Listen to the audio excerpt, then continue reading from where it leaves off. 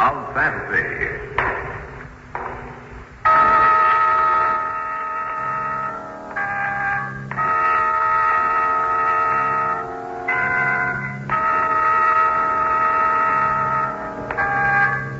Welcome to the Hall of Fantasy. Welcome to the series of radio dramas dedicated to the supernatural, the unusual, and the unknown. Come with me, my friends. We shall descend to the world of the unknown and forbidden, down to the depths where the veil of time is lifted and the supernatural reigns as king. I first met Robert Jennings at a small party given by a mutual friend of ours. Dr. Cecilius, here's a gentleman who'd like to meet you. I'm honored. The honor is mine, Dr. Cecilius. Thank you, Mary. Well, you two chat together for a while. I'll get back to my other guests. Elizabeth, dear. I'm very interested in some writing of yours, Dr. Cecilius, especially in the term metaphysical medicine. I read them a few years ago. And I hope they didn't bore you. Quite the contrary. Just a few days ago, I thought of the subject again, and I searched everywhere for my copy of the book, but I couldn't find it. I understand that it's out of print. Yes, quite true, Mr. Jennings. I'm interested in the cause of a certain phenomenon that I have witnessed. I thought perhaps your book might help me. If you still care to possess a copy, I should be glad to provide you with one. As any author, I still have 2 or 3 around. Thank heaven you're able to help me. I'd almost given up hope. Hope of what, Mr. Jennings? Perhaps in a while I may be able to tell you, but not until then. Dr. Cecilius, it's a tale so strange and unusual that you'll say it's fantastic, but believe me, it's the truth.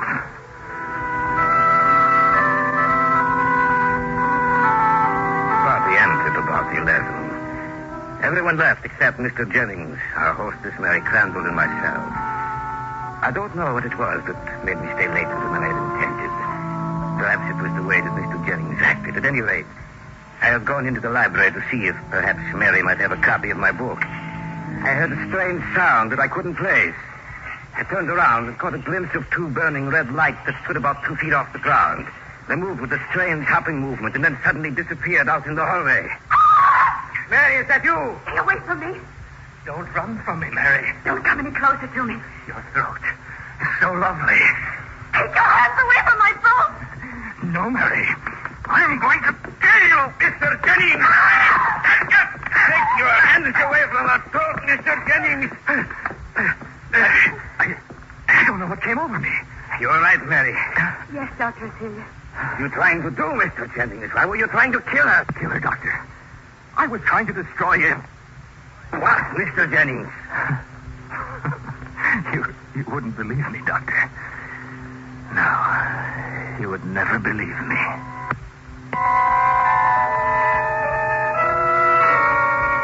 Mary and I watched him as he left the house. He slipped his card into my hand just before leaving me, and mechanically I put it into my pocket. I was convinced that Robert Jennings was suffering from some strange malady. Your Mr. Jennings is a dangerous man, Mary. Well, actually, he's a very good man. He tried to kill you this evening. You call that being good? No. The look on his face, it wasn't him. It seemed to be someone else. Mr. Jennings is not married, is he? No. He's been writing, that is, he was. But for 2 or 3 years, perhaps he has not gone on with his work. The book was upon some rather unusual subject, perhaps. Supernatural phenomena. Is that correct? Yes, he was writing a book. I don't know what the subject matter was, but suddenly he stopped writing. Say one more fact now. His mother or his father, did you know them? Yes, both. His father died about 10 years ago. Our family knew them quite well. And either his mother or his father. I should think his father saw, how shall I say it, a poltergeist, an apparition, a ghost. Isn't that correct? Yes. How did you know? Something he said concerning metaphysical medicine. It was his father. He was a strange man and used to bore my father about his dreams. One day he told my father a story about a ghost he'd seen and talked with. I remember it particularly because I was so afraid of him. He told the story a short time before he died. I was still quite young then. But the words he used have always remained with me. Words he used to describe the apparition? Yes. He called it the beast with red eyes.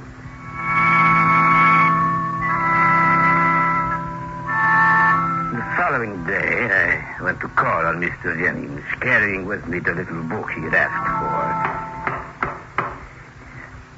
for. Yes? What can I do for you? I should like to see Mr. Jennings. I'm sorry, sir.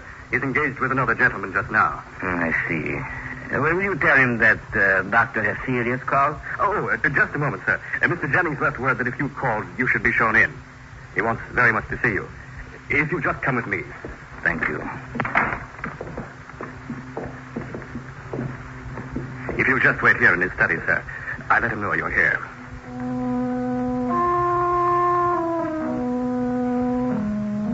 I noticed an open book on his desk. I couldn't help but go over to look at it. My eye fell upon a sentence underlined in red. There are with every man at least 2 evil spirits. And then I heard that strange sound again. I looked up, and over in the corner of the shadows, I saw those 2 dancing dots of luminescence. Then suddenly something ran close to the floor, out of the room, and in the hallway.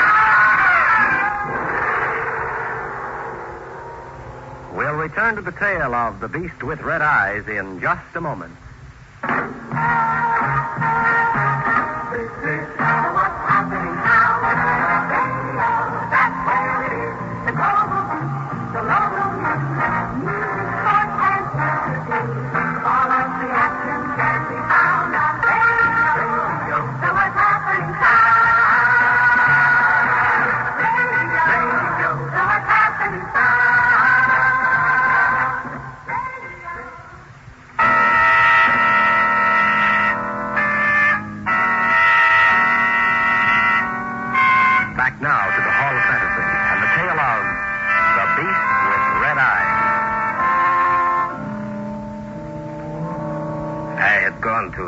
Jennings' house. The servant had shown me into the study. For a moment, I'd imagined I'd seen something over in the corner of the room. Then it had run along the floor and out into the hallway. It was then that Jennings screamed. Mr. Jennings, what is the matter? What happened, sir? I saw it. I saw it again. What did you see, Mr. Jennings? You may go now, Stanley. Yes, sir. Come, Dr. Hesselius. We'll go back to the study. I asked you what it was you saw, Mr. Jennings. Don't worry, Dr. Hesselius. I'll tell you before very long. I brought my book. It's there on your desk. Thank you, Doctor. By any chance, did you read part of the book I left open on the desk? I happened to glance at it, yes. I see. And what did you think? I had no time to think, my dear sir. I thought I saw something in here. Saw something? What? I'm really not too sure. I looked over at the corner of the room, over there, and I saw 2 luminescent red spots. It was dark in here, you know, and I saw, or imagined I saw some little animal scurrying along the floor out to the hallway. And then you scream. And you have had your first glimpse of it. What, Mr. Jennings? The beast with red eyes. The beast with red eyes? Yes. Spawn of the devil. Are you the only one who's seen this apparition, Mr. Jennings? No. No, my father saw it, too. How did your father die? I don't know, Doctor. I was downstairs when it happened. I heard him scream, and when I got upstairs, he was dead. I see. And his eyes. I shall never forget his eyes that night. They were like the eyes of the animal I see. Like a burning red fire. Tell me about it, Mr. Jennings. Tell me everything. Well, it's a rather long narrative, Doctor. Please be seated. Thank you. About 4 years ago, I began a book for which I had done research for many years. It was upon the supernatural phenomena inculcated into the beliefs of the ancients. Yes, wide and very interesting field. Yes, but not good for the mind. I wrote a great deal, seeming always to write better late at night. I was always thinking about the subject. I used to sit up very late, and it became a habit with me to sip my tea, green tea, every now and then as the work progressed. One day, I met a man who had some rare old books, German editions in medieval Latin. I asked him if I might be allowed to read them. Certainly, Herr Shelley. You could have the full use of my book. But be careful of them, for there is the touch of death about them. One night, I had stayed at his house very late. And when I went out into the street, I found that I could find no cab. So I took the omnibus, which used to drive past this house. Save for the driver, I was the only passenger. It was quite late and quite dark. I leaned back in my seat, thinking about what I had read. The interior of the omnibus was very shadowy. At the end, next to the horses, I seemed to see two small circular reflections of a reddish light. They were about 2 inches apart. I didn't know what they were. In another minute, it became rather frightening, for those two luminous points with a sudden jerk descended near the floor. And then they rose to the level of the seat on which I was sitting, and then suddenly they disappeared. My curiosity was aroused, and I moved forward, keeping my eyes upon those two red lights which had now reappeared. The coachman, seeing that I was acting strangely, asked me, Anything wrong, sir? No, nothing at all. Get out! Get out there! I began now to perceive something black. And I soon saw the outline of a small monkey, pushing its face forward in mimicry to meet mine. The red lights were its eyes, and I saw its teeth grinning at me. I poked my cane at it. I swear that I'm telling you the truth. My cane went up to it and through it. As I looked, it made a little skip back into a corner. I was afraid, terribly afraid. Are you sure there ain't nothing wrong, sir? Driver, I want to get off here. But this ain't where you... I don't care. I want to get off now. All right, sir. Oh, there! What be the matter, sir? Nothing. Just leave me alone. I got out, and the driver stared at me for a moment, and then... You look like you've seen a ghost, sir. Come on, get up there!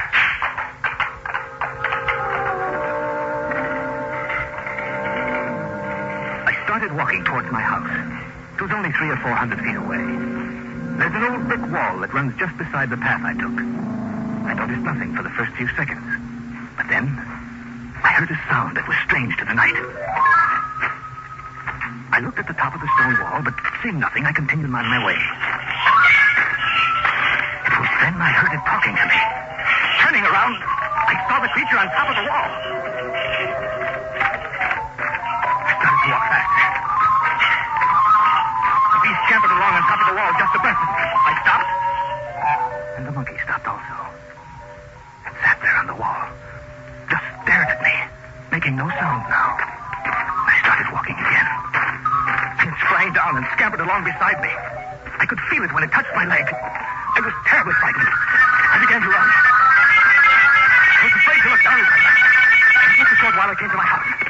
I ran up the stairs, opened the door, went inside, and slammed it shut in back of me. Anything wrong, sir? You don't see a small black animal around, do you, Stanley? Certainly not, sir. Good. I must have lost him. There's been nothing around here, sir. I went into the study. This study. Sat in my favorite chair. For a few minutes I was alone. But when I finally lifted my glance, there in the corner of the room, I saw the beast with the red eyes. It was entirely visible. Not only its eyes, but all of it. As if it was surrounded by red embers. It advanced towards me. Grinning and shaking, its paws clenched. And at the same time there came the appearance of fire in the grate, and we never burn a fire in here. It came towards me, and its shattering built up into a scream, and I was sure that I was going mad. You are listening to the tale of The Beast with Red Eyes on this week's journey down the corridors of the Hall of Fantasy. We'll return to our story in just a moment. This is what's happening now. Radio, that's where it is. The global beat, the local news, sports and fantasy. All of the action can be found on radio. So what's happening now? This is what's happening now. Radio, that's where it is. Community activity.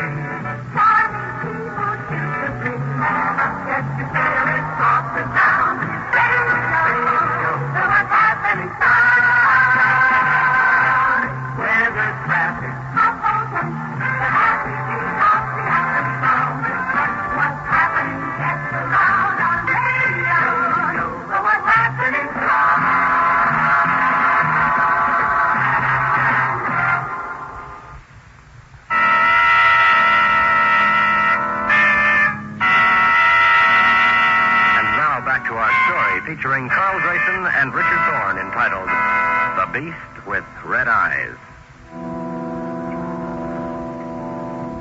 The tale that Robert Jennings told me sounded fantastic. That he spoke the dreadful sincerity of his words made me believe that he was telling the truth, telling me a tale so macabre and horrible that even I was frightened. Mr. Jennings, what happened then? I'm afraid I lost consciousness, Doctor. Stanley, my servant, found me lying on the floor in here. And the beast was gone? Yes, it was gone. But it returns. And each time its presence grows more fearsome in aspect. And each time it comes closer to me. The story you tell is fantastic. Fantastic it may be, but it's true just the same. That little beast has driven me almost insane. When does the creature appear? At any time it so desires, Dr. Hesselius. Generally when I'm alone. And there are also times when it disappears for a while. How long is it gone? Anywhere from 2 days to 2 weeks. Tell me, Mr. Jennings, is it here in this room with us now? No, not in here. I saw it in the hallway before we came in here, however.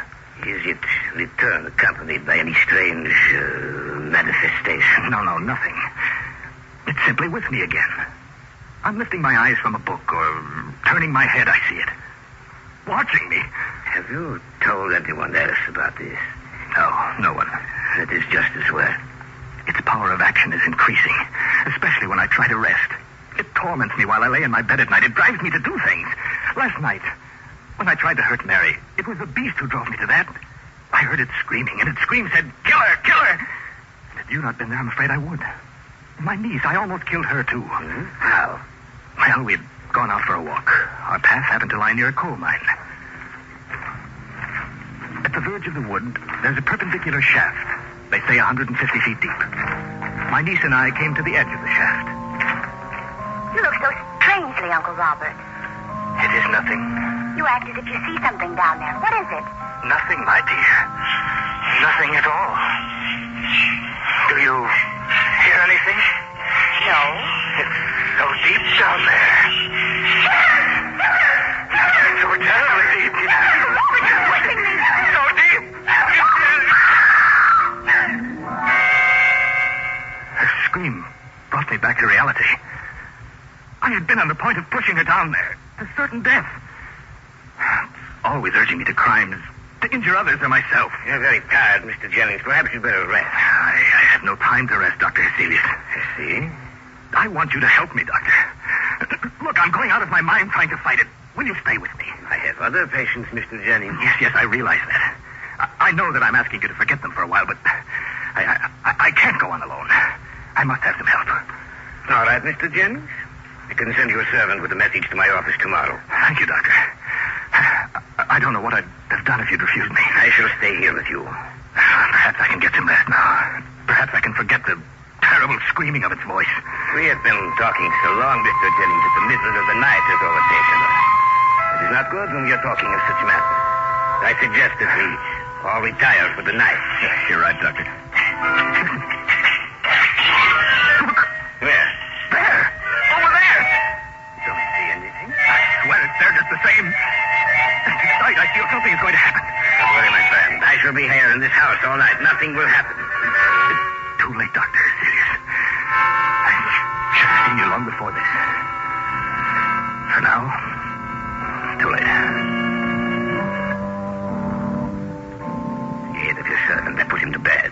He lay there moaning, and his eyes would fasten on some object in the room. I would follow his gaze, yet I could see nothing. Little by little, he fell off to sleep. I sat by his side for an hour, and nothing occurred. The servant Stanley, who had gone back downstairs, now returned. Doctor, would you come downstairs for a moment? What is the matter? I can't explain it, sir, but I saw something downstairs. Then, by all means, I shall go downstairs. What did you see? I can't be sure. It seemed like a small animal. Tell me exactly what happened. Well, sir, first I heard some little noises. I looked up from what I was doing and saw a little animal in the corner of the room. A little black thing with two burning eyes of fire. Where did you see it? It was in this room, sir. That's the sound, sir. That's the noise I heard. It seems to come from the study. We better take a look. Yes, Doctor. Have you ever heard these noises before? No, sir. This is the first time. Doesn't seem to be anything in this room. I can't understand it, sir. The sound came from here. Yes, I know. I heard it too. But there doesn't seem to be a... What's that? The fool I've been. This was just a trick to get us down here. It sounded like Mr. Jennings. It was. I should never have escaped. I should never have come down here. What made him scream? Beast with red eyes, of course. I'll never forgive myself for this. Mr. Jennings! You may not be able to answer him, Stanley. Why not? Here's his room. You'll know if we're too late in just a moment. He's still in bed, sir. Yes. But he's dead. What? That's right. His eyes, sir. Look at his eyes. Why, what do you see? His eyes. They're so red, sir. Like blazing coals of fire. They look just like the eyes of that animal I saw.